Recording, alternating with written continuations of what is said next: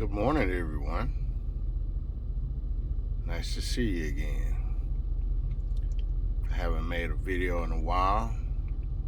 I'm going to start making a video once a week.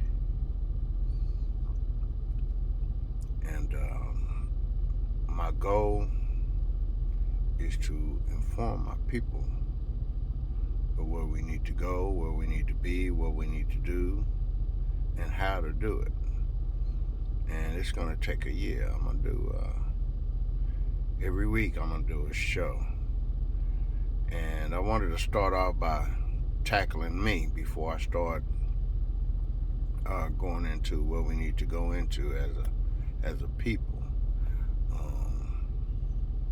Of course, everyone should know by now that I practice living like a Dogon.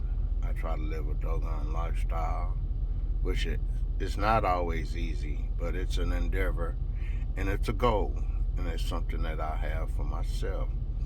I'm not trying to convert anyone or make anybody see anything. What I am trying to do is educate, and that's my sole goal, and spread the truth. And that's what we haven't been privy to over the hundreds of years. We haven't been given truth and facts, and that's what my intentions are, to divulge truth and facts. Not to convert anybody or bring somebody in some new type of religion. That's not my goal. My goal is to simply educate and bring facts. I want to go off into me first so everybody can understand what type of person I am, where I come from, what I've done in my life, and where I'm going. I don't want this video to be too long, but I want to spread some facts about myself. I was born in Phoenix, Arizona. I'm a transplant Texan. I grew up in Austin, Texas since 1965. I grew up on the east side of Austin, Texas. I grew up on 22nd Street in Blackland. From there, I moved in 68. I moved into the Marshall Apartments until I was 19 years old. At 19, I served and went in the United States Army. Got out of the Army and done multiple things growing up. Had run-ins with the law, had run-ins with good people, went to school, dropped out, went to college, dropped out, had numerous jobs, worked as an electrician. My brother was an electrician. I used to wire houses for him. He and my brother-in-law, him and Keith, I miss Keith, Quinn's daddy. I've been a roofer, I've been a truck driver, I've been a tank driver. I've worked in photo labs, a chemical technician, roofing. I already mentioned roofing. I've done a number of jobs, all types of stuff. But I wanted everybody to get an idea of what type of person you're dealing with. Right now, I work for the city of Austin, as everybody can see. I'm a truck driver here. I was a barber for a long time. Cut hair. A lot of people know me from cutting hair, being a barber. I let that go. Worked in the oil field.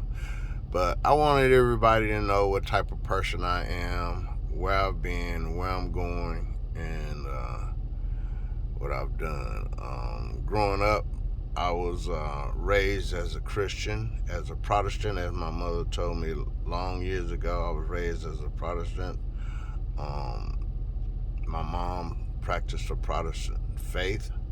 My mom died early. Her oldest sister, my aunt, still practiced that same belief that they grew up in as little children from my grandfather. Their dad was a preacher, and my dad's dad was a preacher. So quite naturally, I grew up in the faith-based household with my mom, and not so much with my daddy.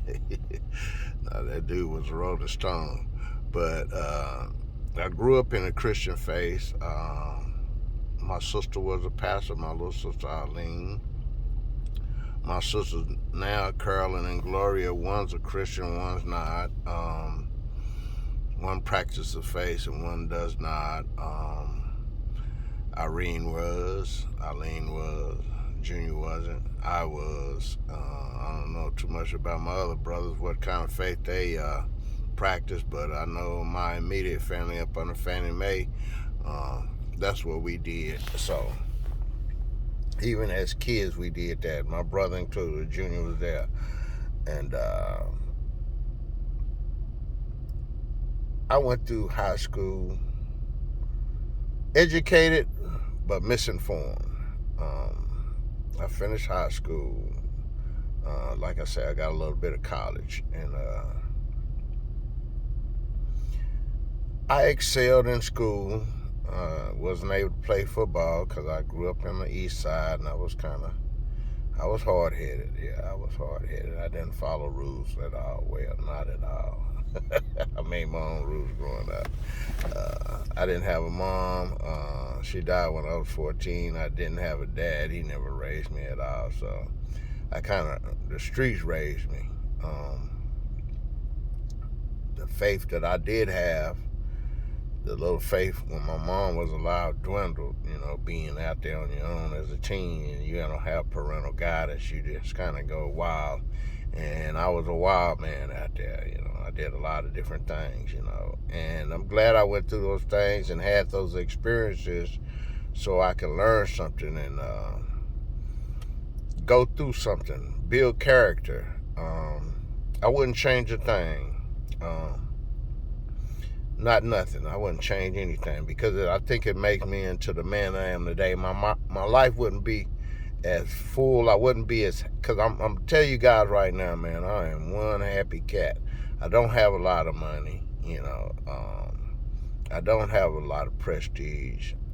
I don't have a lot of fame, but I'm happy in my life right now with my wife and my children, and I've just been blessed to live as long as I have, really. When I was younger, I didn't expect my life to be worth, at times I believe I was trying to end it.